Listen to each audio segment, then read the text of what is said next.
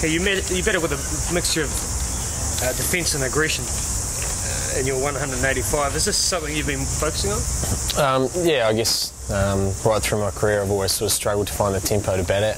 Obviously being a naturally aggressive player can sometimes be a bit of a tough balancing act, so fortunately the other day I was able to find the right tempo and managed to bat for a long period of time and got the rewards of it. And I think Guppy's the same. He's very much a similar player to me, and we both took a lot of satisfaction out of playing in the style that we did. So you look pretty comfortable out there together. Was that something that you felt when you were batting?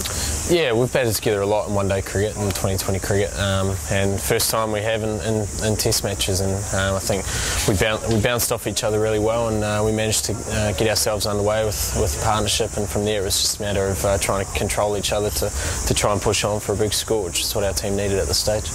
It was a record for New Zealand's 6-wicket stands, and you passed a few milestones on the way. Is that something you were conscious of? Not until you get close to those sorts of milestones, I guess.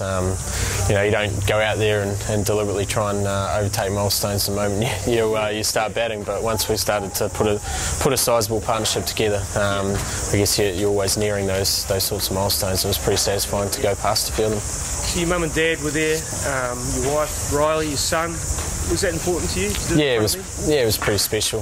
Playing my 50th test, it was something we talked about a few weeks back, was getting the whole family up and to try and enjoy it, and to I guess play a significant role and get a big score in my 50th test with my family here. It was pretty special.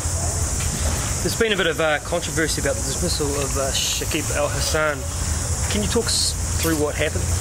Yeah, look, it's a difficult one. It was at the moment that it came through, I guess your first instinct is that the ball carried. Straight away though, I went to Dan and went to the umpires and said that I wasn't sure, and it might be best if we check it with the television replays, and the umpires were happy with it. They were adamant it carried. So I mean, we tried to.